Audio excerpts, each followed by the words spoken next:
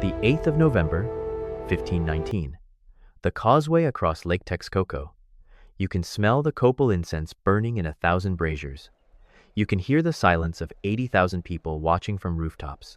The gates of Tenochtitlan, the largest city in the Americas, are opening.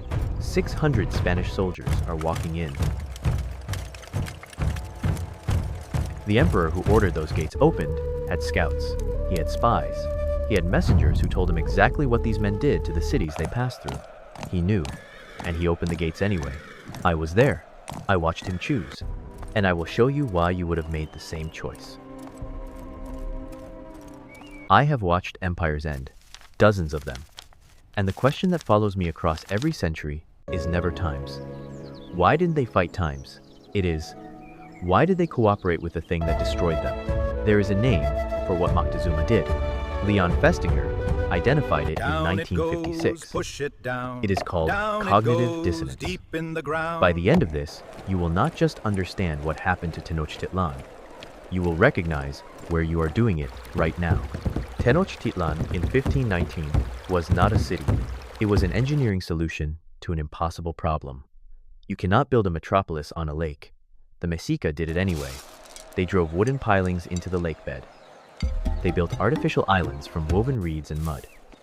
They constructed 3 causeways, each wide enough for 10 men to walk abreast, connecting the island to the mainland. They engineered a dual aqueduct system that brought fresh water from Chapultepec across the lake. When one pipe needed maintenance, they switched to the other. The population was somewhere between 200,000 and 300,000 people. Larger than Paris, larger than Rome, larger than any city in Spain. The Tlatelolco market operated every 5th day. Hernán Cortes, who had seen Seville, who had seen Constantinople, wrote to Charles V that 60,000 people bought and sold there daily. Cacao beans as currency, jade, obsidian blades sharper than Spanish steel, featherwork so intricate it took a year to complete a single headdress. The streets were swept clean every morning. Cortes noted this in his second letter. He noted the public latrines. He noted that the city smelled better than any European capital he had visited. At the center stood the Templo Mayor, 40 meters high, visible from every corner of the lake. Dual shrines at the summit, one for Tlaloc, god of rain, one for Huitzilopochtli, god of war and sun. The stairs were steep enough that climbing them left you breathless. This was not a primitive society waiting for salvation. This was a civilization that had solved problems Europe would not solve for another 2 centuries. And its emperor was about to make a decision that would end it. Walk with me into the months before the gates opened. April 1519. The first reports arrive. Floating temples have appeared off the coast near Veracruz. Men with pale skin and metal bodies.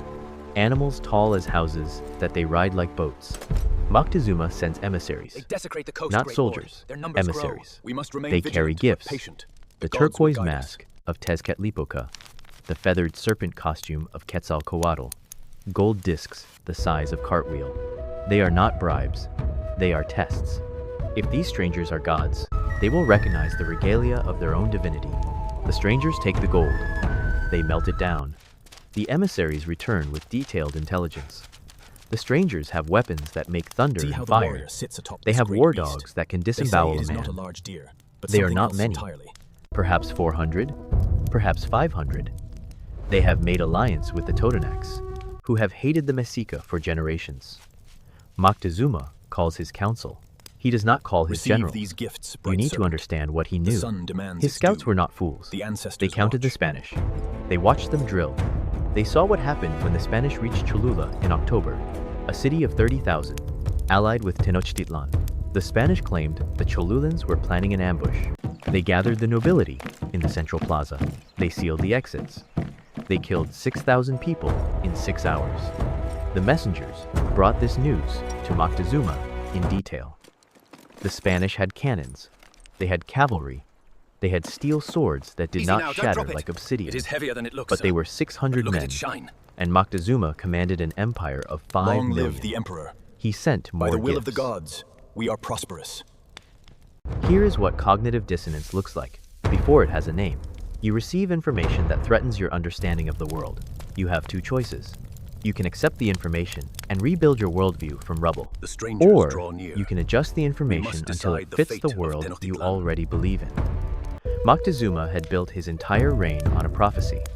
The year was Se Acatel 1 Reed. The year Quetzalcoatl was prophesied to return from the east. The strangers had come from the east. They had pale We must skin, reach the temple like the before the procession descriptions. begins. Their leader had a dark beard. If they were men dangerous, conquering men, then Moctezuma had made a catastrophic error. He had sent them gold. He had told them where the capital was. He had given them 6 months to prepare while he sent emissaries instead of armies. If they were gods, or emissaries of gods, then everything he had done was correct. You see the shape of the trap. By late October, the Spanish were 3 days from Tenochtitlan. They had crossed the mountains. They had survived ambushes. They had added thousands of Tlaxcalan warriors to their column, the Tlaxcalans, who had fought the massacre for generations and lost. Moctezuma's generals told him to destroy the causeways, trap the Spanish on the mainland, As starve requested, them, the tribute has wait arrived. for disease to The do what jaguar obsidian skins are could of the not. finest quality, He did and not the jade destroy is the exceptional. causeways. He sent another embassy, more gold, more featherwork, an invitation. On November 8th, Hernan Cortes and 600 The Spanish honored soldiers guests approach. walked across Quick, the southern arrange causeway the cacao bowls. toward the gates May of the smoke carry our Tenochtitlan. prayers to the They heavens. walked in formation. They did not hurry. Behind them came thousands of Tlaxcalan allies, but the Spanish entered first. The gates opened. Moctezuma himself walked out to greet them. They had every warning. Now look at what they did.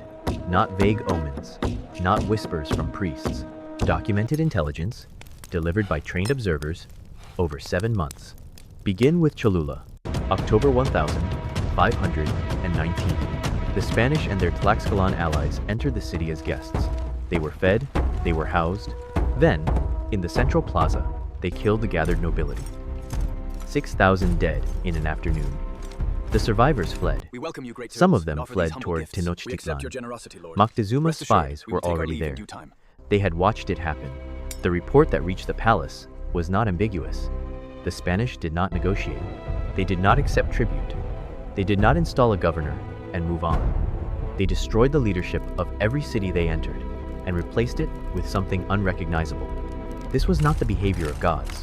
Gods do not need to eliminate city councils. There is a letter. Cortes wrote it himself, his second letter to Charles V, dated the 30th of October, 1519, 9 days before he entered Tenochtitlan. In it, he describes the Cholula massacre in careful, administrative language. He describes the Tlaxcalan alliance. He describes his intention to reach the capital. He is not hiding his methods. He is reporting them to his king as evidence of competence. Moctezuma's people intercepted Spanish communications. They had translators. They understood enough. Now consider what else Moctezuma knew. He knew the Spanish had spent 6 months systematically dismantling the tribute network that fed Tenochtitlan. The gold is offered. Every city and they the passed blade is through, ready. they told the same thing. Your obligation is to Spain now, not to the Mexica. Some cities believed them. Some cities were given no choice. He knew the Tlaxcalans, who had fought the Mexica to a standstill for decades, had not just surrendered to the Spanish, they had joined them, enthusiastically, with thousands of warriors. The Tlaxcalans understood something about these strangers that made alliance preferable to resistance. He knew the causeways could be destroyed in hours. His engineers had built them. They knew exactly where to cut. He knew the lake was a weapon. But the defenses are strong. 600 men on a causeway, with the water on both sides, and the bridges pulled up behind them, are not an army. They are a problem that solves itself. His generals told him this. More than once, he did not destroy the causeways. The warnings were not hidden. They were not subtle. They arrived in sequence, each one louder than the last, over 7 months. And Moctezuma received every one of them, weighed them against what he needed to be true, and found a way to keep the gates closed in his mind while he ordered them opened in the world. This is the moment psychology has a name for. In 1956, a social psychologist named Leon Festinger infiltrated a doomsday cult in Chicago. The group believed that a flood would destroy the world on December 21st. They had quit their jobs. They had given away their possessions. They had gathered on the appointed night to wait for the flying saucer that would rescue them. The flood did not come. the saucer did not come. Festinger watched what happened next. He expected them to disband, to admit they had been wrong, to grieve the life they had dismantled for a prophecy that failed. They did not disband. They did not admit error. Instead, they decided their faith had saved the world. God had seen their devotion and called off the flood. By morning, they were on street corners trying to recruit new members. The failure of the prophecy had made them more certain, not less. Festinger called this cognitive dissonance. When reality contradicts a belief that is central to your identity, your mind does not abandon the belief. It adjusts reality. The more you have sacrificed for the belief, the more painful it is to admit you were wrong. So, your brain finds a way to make the contradiction disappear. It reinterprets the evidence. It adds new explanations. It works backward from the conclusion you need to be true. This is not stupidity. This is not weakness. This is your mind protecting itself from the psychological cost of being wrong about something that matters. Moctezuma had built his reign on the prophecy of Quetzalcoatl's return. He had sent gold to the strangers. He had told his generals to wait. He had spent 7 months treating armed invaders as emissaries of the divine. If they were men, just men, with guns and horses and ambition, then every choice he had made was catastrophic. His legacy was not piety, it was failure. If they were gods, or touched by gods, then he had done everything correctly. The evidence said they were men. His mind needed them to be gods. So he opened the gates. And so the bias did its work. We strike here, along the causeway. The 8th of November, 1519. The gates opened. Moctezuma walked out onto the causeway to meet Cortes. He wore the turquoise diadem. He was carried on a litter by 4 nobles. When he stepped down, they swept the ground before him so his feet would not touch bare earth. Cortes dismounted. He moved to embrace Moctezuma. The nobles blocked him. "You do not touch the emperor." Cortes gave him a necklace of glass beads. Moctezuma gave him a necklace of gold and carved shrimp. They walked into the city together. The Spanish were given the palace of Quetzalcoatl, Moctezuma's father, in the ceremonial center of the city. Rooms large enough for all 600 men. Cortes noted in his letters that the palace had been emptied of treasure before they arrived, but the walls were still inlaid with jasper and marble. They were not prisoners, they were guests. For 6 days, Moctezuma visited them.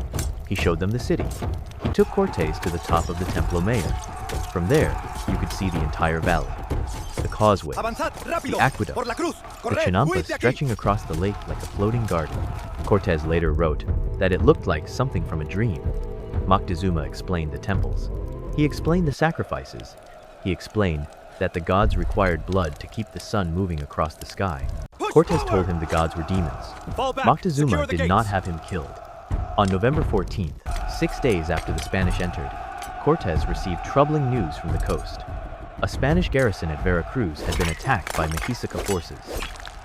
Several Spaniards were dead. Cortes had a choice. He could retreat, he could negotiate, he could wait.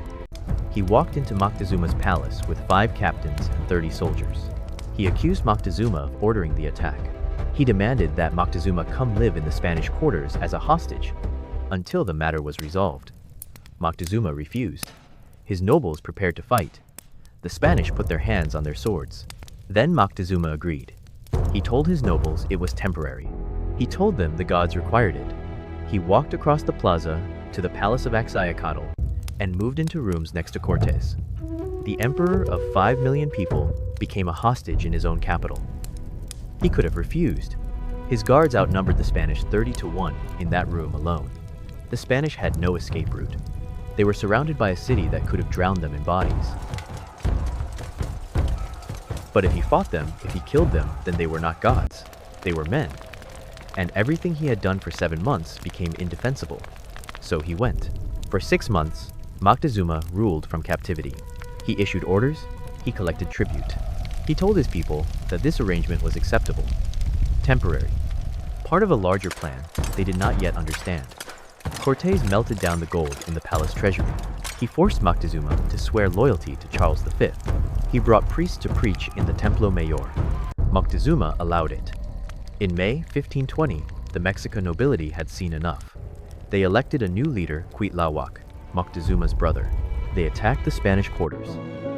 They tore up the causeways. They trapped the Spanish on the island. Moctezuma appeared on the palace roof. He told his people to stop fighting. He told them the Spanish were under his protection. They threw stones. One struck him in the head. 3 days later, he died. The Spanish said it was the stone. The Mexica said the Spanish killed him when he was no longer useful. It does not matter. He died believing he had made the right choice, that the strangers were touched by something divine, that the prophecy had been real. Cognitive dissonance protected him from the truth until the end. The city fell 18 months later. This is not a story about them. It has never been about them. You have a belief about yourself. Perhaps it is that you are good at your job, that your relationship is fundamentally sound, that the investment you made 2 years ago will recover, that the city you chose to build your life in is still the right city. Now the evidence arrives. Not all at once, in pieces. A performance review with language you read 3 times. The finest cacao, A silence fresh from the coast. at the The dinner price is too table high today. that lasts Blades here, a second sharpest in too the market. long. A portfolio Focus on statement these you close paths. before finishing. The gods have A given us conversation favor. with a friend We need who not asks fear the warnings at the edge of the carefully lake. whether you have considered other options. You do not ignore the evidence. You are not that simple. You process The it. Tlaxcalans are restless. You find the What is our explanation that response? keeps the belief We must intact. show strength, but The omens review are was unclear. political. The We honor silence the was sun. tiredness. We feed the earth. The market is Grant us cyclical. victory. Your Great friend does we not think. have the full picture. Each explanation is plausible. Individually, each one might even be correct. But Festinger, Leon Festinger, 1956, was not studying fools.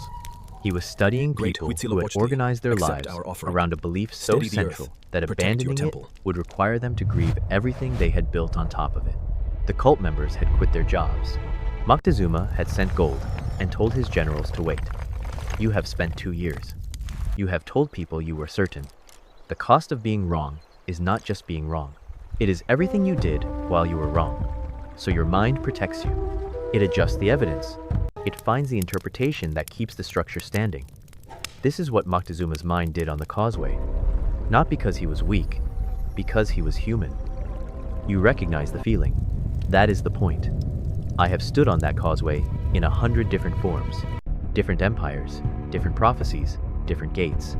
The mechanism is always the same. They do not open the gates because they are stupid. They open them because closing them would require admitting that everything they built on the wrong belief must now be dismantled. The cost of being right becomes higher than the cost of being wrong. So, they adjust reality until the gates feel like the only choice. You will do this. You are doing it now. In some corner of your life, where the evidence has been arriving for months, and you have been finding ways to make it mean something else. The question is not whether you experience cognitive dissonance. The question is whether you recognize it before the gates close behind you. I will keep walking through these collapses. I will keep showing you the moment the bias takes hold. Not because I believe you will avoid it. I have watched too many empires fall to believe that. But because occasionally, someone sees the pattern in time. If this helped you see it, there are more collapses waiting. Subscribe. The next one is already here. The gates are always opening somewhere.